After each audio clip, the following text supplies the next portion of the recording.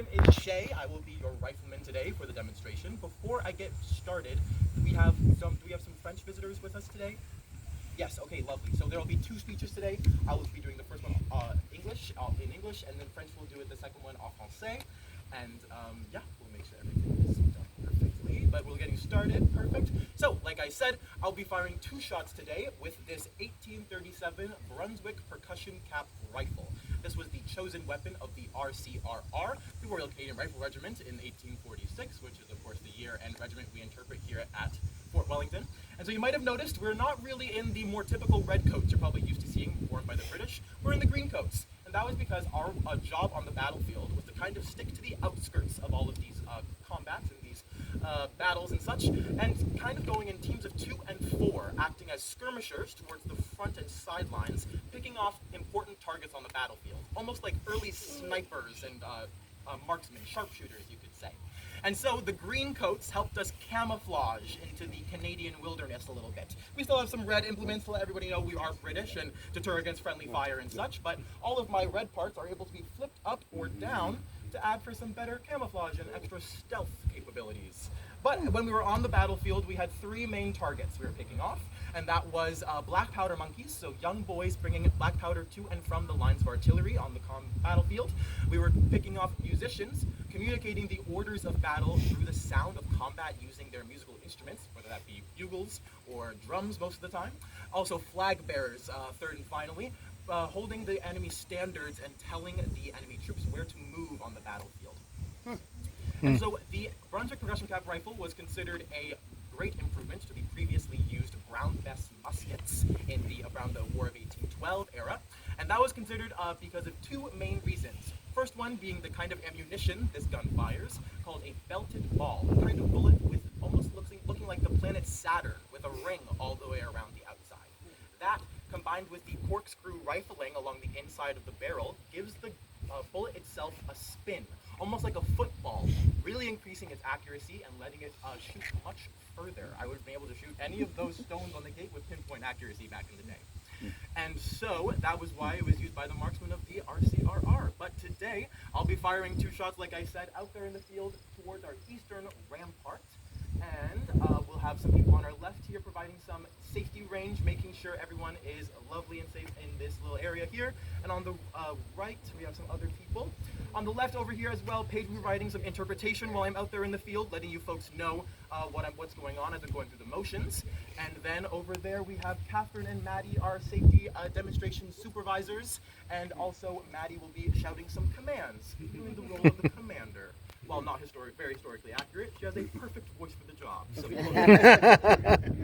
alrighty, I'll also be wearing some quick safety implements just to make sure we're all good, because safety glasses, since the percussion caps do tend to splinter off every once in a while, and some not so 1846 earplugs, because I do value my hearing today. It can be quite loud. However, Paige will be letting you folks know about the moment when I'm going to fire, and before it gets loud, if you're looking to cover your earplugs. But other than that, you folks have nothing to worry about. So I'll pop these in and I'll pass it over to Paige as I head out into the field. Just going to quickly do a little bit of French intern before Shay heads over. Real quick. Ok, alors aujourd'hui, Shay va être le carabinier qui va aller là-bas pour tirer le fusil. Il va tirer un fusil de percussion Brunswick aujourd'hui. Alors ceci, ça serait utilisé par le RCRR, le Royal Canadian Rifle Regiment, pendant l'année 1846. Ce fusil ici était l'un qui était juste au côté des champs de bataille. C'était le personne qui cachait dans les arbres et tout ça. Alors, cette personne ici, le carabinier, avait 3 targets sur le champ de bataille. C'était les singes de peau noire. Les jeunes hommes qui apportaient le peau noire aux soldats sur le champ de bataille. On pouvait aussi avoir le target du musicien, parce que ces personnes-là donnaient l'ordre des officiers sur le champ de bataille. Aussi les officiers eux-mêmes. Alors, aujourd'hui, comme je disais, Shay va aller voir ce signe là-bas, avec cette pancarte. Il va tirer juste vers ici, au mur de terre. Et alors Shay va commencer. Aujourd'hui, il porte des lunettes de sécurité et aussi des bouchons d'oreilles pour protéger ses oreilles et ses yeux. Alors, la démonstration va commencer. Je vais être ici pour donner un peu d'interprétation pendant la démonstration. On a un groupe de personnes ici aussi pour assurer la sécurité des gens pendant la démonstration. Good.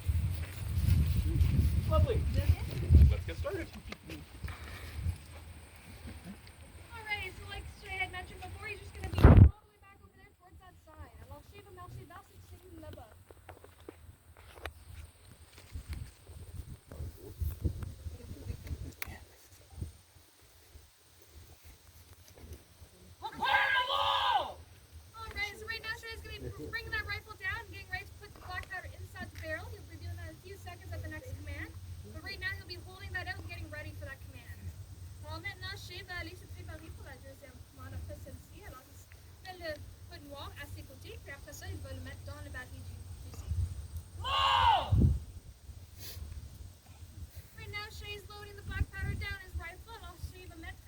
wall.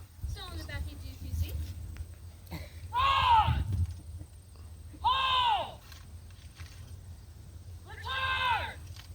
Cap! Alright, so those commands went by pretty quickly. However, historically, they would have been the longest. This is where they'd have to hammer down the belted ball. Alors, ces commandes, c'était les plus longues historiquement. Alors, aujourd'hui, c'est les plus courtes à cause qu'on ne doit pas mettre de la munition dans le bateau du fusil. Stay ready! At the next command, he will be firing. So if you want to cover your ears or take your photos, now would be the time to do so. Prochaine commande, il va tirer. Alors, si vous voulez couvrir vos oreilles ou prendre vos photos, maintenant, c'est le temps de le faire. Please, look! Order fire on the outside! Right now, she'll be going right back over all those commands, but at his own time, so a bit more accurate to what it would have looked like on the battlefield. In a few seconds, when he takes his step back, that means that he'll be ready to fire for the second time. Alors, Shay va recommencer tout ceci, et lorsqu'il prend un pas en avant, ça veut dire qu'il va se préparer pour tirer pour le deuxième When we coup. saw that, and they said they used black powder to blow it up. They didn't have dynamite yet. This is black powder they were loading in his gun. That's what they would have used to make the holes in the rock. It's got a special little thing called a cap that he puts in the bottom of the gun. When they pull the trigger, it Alright, hits Shay, the prepare cap. to fire. Shay se prépare pour tirer. Nice. Yay. On his way back, he's going to got any questions at all. Alors, Shay retourne, si tout le monde en a des questions. Thank you. Merci.